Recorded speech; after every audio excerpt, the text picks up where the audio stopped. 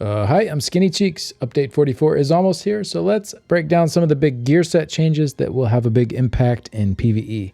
Beacon of Oblivion. This set now checks for permanent pets rather than any pet, similar to the adjustments made to the Expert Summoner passive for the same reasons. So the big thing here is that with these, you can now cast your Atronach ultimate, and this will not deactivate the bonuses that require you to not have pets. Though it will still have some issues in IA as there are some permanent pets in there. And they also didn't seem to adjust the class mastery. I feel like this should probably undergo that same treatment. I'm not sure why it was left out.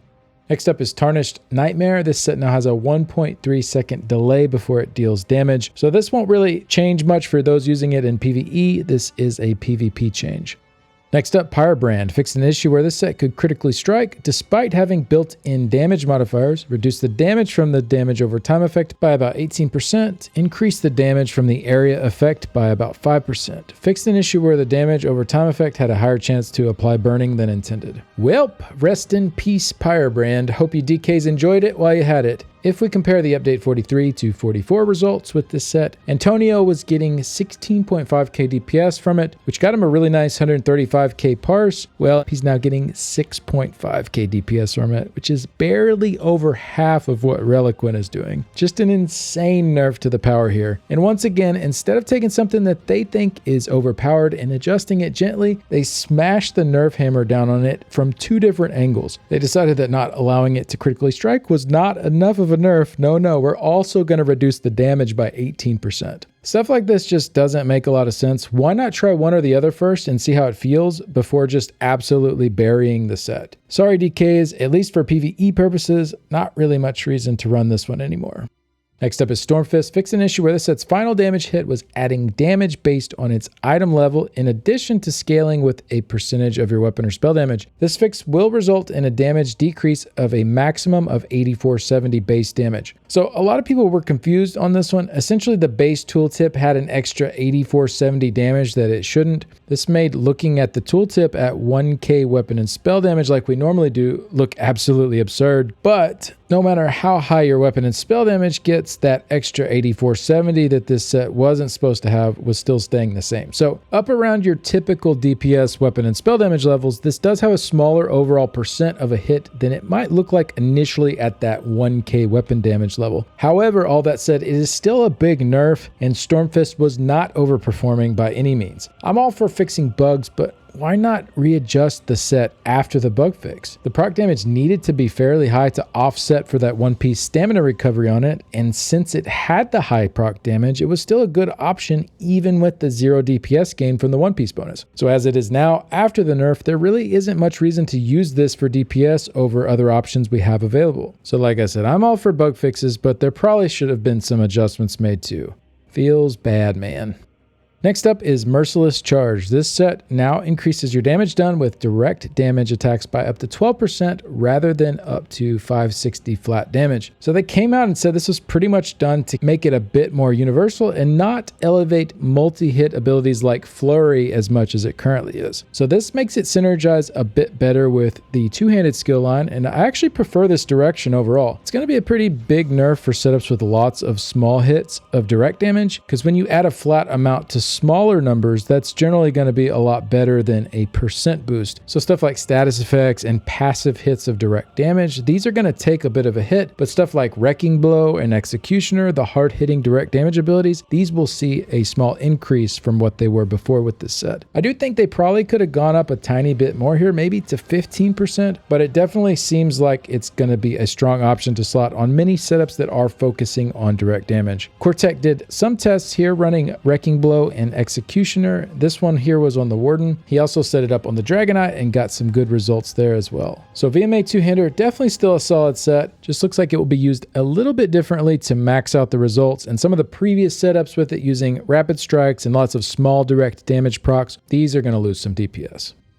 All right, and finally we'll cover the elephant in the room, Azureblight Reaper. So originally they nerfed the set quite heavily, about 60% for that base tooltip, and then they also made it so that the first enemy no longer counts towards the percent increase. It only starts scaling up with the second enemy. So this absolutely obliterated the single target damage on it, but they did increase the scaling, but even with that, it was still looking to be quite a big nerf across the board, even for AoE as well. Well, then once people hopped on the PTS, they discovered that they not only nerfed the damage, but the cooldown as well, making it so that it can only trigger every 1 second instead of every half second. So to put that simply, if you were triggering this set perfectly on cooldown, that is already a 50% nerf to the set across the board before you even account for their other nerfs to it. And it wasn't even mentioned in the patch notes. Again, just bringing the sledgehammer down from multiple directions here. Well, they did come back a couple weeks later and readjusted a bit, increasing the base damage of this set's explosions by about 6%. Now, this was an increase to the heavily nerfed amount of 60%, not an increase to the original amount, so still much lower than on live. But they also buffed the damage increase per target to 150%, up from 100%. The cap remains at 600%, meaning it is reached after hitting 5 total targets rather than being reached after hitting 7. So just a bit quicker scaling up there. And then finally, the set now grants weapon and spell damage for its 2, 3, and 4 piece bonuses rather than crit chance, max stamina, and stamina recovery. So that last part there, I really like. It makes a lot more sense on a set that scales with weapon and spell damage and cannot critically strike. A big improvement to the stat lines there, as none of the stats on Azureblight actually increased the damage of the proc before, and now all 3 of them will. Now the crit chance line was a little better for the rest of your damage, but since it will buff your other damage and your Azureblight procs now, it ends up being about a wash, and then the other 2 stat lines are just flat out improvements. So while I am glad that they came back and increased the scaling some, unfortunately that originally undisclosed nerf to the cooldown is going to have a big impact on coordinated group play. So I put some charts together for us to get some comparisons and see what types of scenarios Azureblight might still be good for. I set up 3 different scenarios here. One to compare for situations where you'd be getting procs from this perfectly on that half-second cooldown. Then another comparing if the procs are coming at 1 second or longer, so effectively no nerf to the cooldown if you were already triggering slower than once per second. And then one kind of in the middle if you're in that 0.7 to 0.8 second range on triggering the explosions. Unfortunately, there's no easy way to check this for console players other than watching the explosions go off and timing them, but PC players can check through logging. So to explain the ticks per second a little more, for the half-second procs, you'd need 40 ticks per second happening to meet those requirements. For 1 second procs, you'd only need 20 ticks per second happening. So comparing these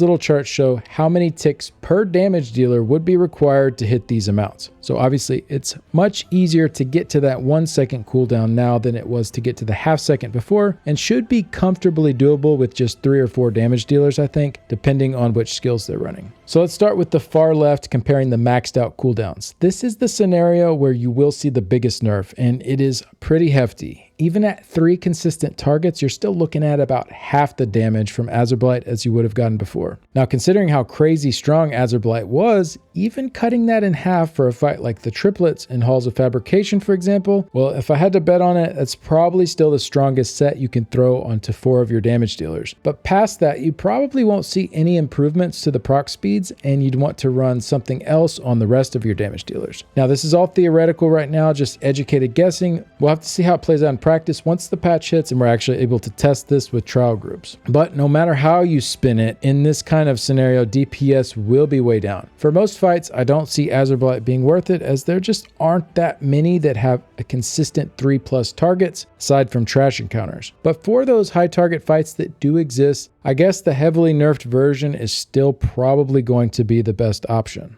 All right, so let's go on the other end of the spectrum now. Let's say you are in a scenario where Azureblight was not proccing on its cooldown and it was taking at least 1 second or longer. So maybe this is a less organized trial group and only a few members were running Azureblight, or maybe a dungeon group and only 1 or 2 of the DPS are in it. Well, it actually looks pretty decent still here, assuming you are at a high target count. 2 targets is probably right on the fence, 70% of that old value. I don't really see that outperforming other options that you could use, but at 3 targets, you are almost even with the results that you could get before. And then for 4+ targets, this is actually a buff. So if you and a buddy liked doing Azureblight for dungeons, maybe for the trash in dungeons, or you're using it in trial pugs and not as many other people are running it, I could definitely still see this being really strong for 3+ target encounters. Now, like I said, this is all just math based right now, and it's hard to say exactly how it will play out, but the set definitely takes a pretty massive hit for organized trial groups. So those that are using it on their progression teams will likely be losing damage with whatever other gear option they end up needing to swap to for their damage dealers, depending on the fight. But I do still see Azureblight having a place for certain fights in the game, even in organized groups. It's just a lot more niche now. I also think it'll still be good on trash as long as there are a good number of enemies stacked up, but it definitely isn't the nice set and forget option that it was previously.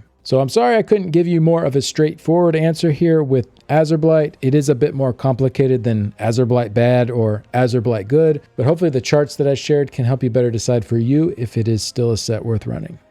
So overall thoughts, my big complaint about changes like these, why let us have it the way it is for so long and then just decide on a Q4 update, week 2 of the PTS, that you are going to gut it? I think this change could have been fine if it was made amidst some other overhaul happening with combat to increase the AoE DPS levels of non-Arcanist classes. If everyone was still gaining some power here, or at least staying the same at the minimum, it wouldn't really be that big of a deal. But these changes seem to come out of nowhere for a long Q4 patch, and there just aren't enough goodies to replace it. We likely won't have the Q1 update until March of 2025, so groups will just have to deal with the setback now. It goes back to my previous video, people should not be dreading upcoming patches. Sure, the banner is being added, but that is also overwhelmingly in favor of Arcanists. I've definitely tried to tell Zoss that the other class masteries on the banners are not at all balanced with each other. The Sorcerers, for example, adds like 1k DPS. The Nightblades requires you to be under 50% health if you want the crit chance bonus. Oh, but then the Arcanists just get free Crux every 5 seconds. Now, I hate to complain because I don't want them to nerf the Arcanist one. I actually think it's really cool. But why did the feedback on the other class masteries get ignored? Really, I think the problem is that these class masteries were not custom tuned to the banner. I just wish they already had some good changes in place for overall power levels to go up before they made nerfs to sets like this. Most people probably wouldn't care about this so much if you told them that they're going to do better next patch without it anyways. But at this point, it looks like it's going live, so it is what it is. We'll see what the live testing ends up looking like. So good luck out there, everyone. Thanks so much for watching. Big thanks to those that have supported with Patreon and YouTube memberships, and a special thanks to these folks here. I really couldn't keep doing this without you. I'll see y'all in the next one. Bye.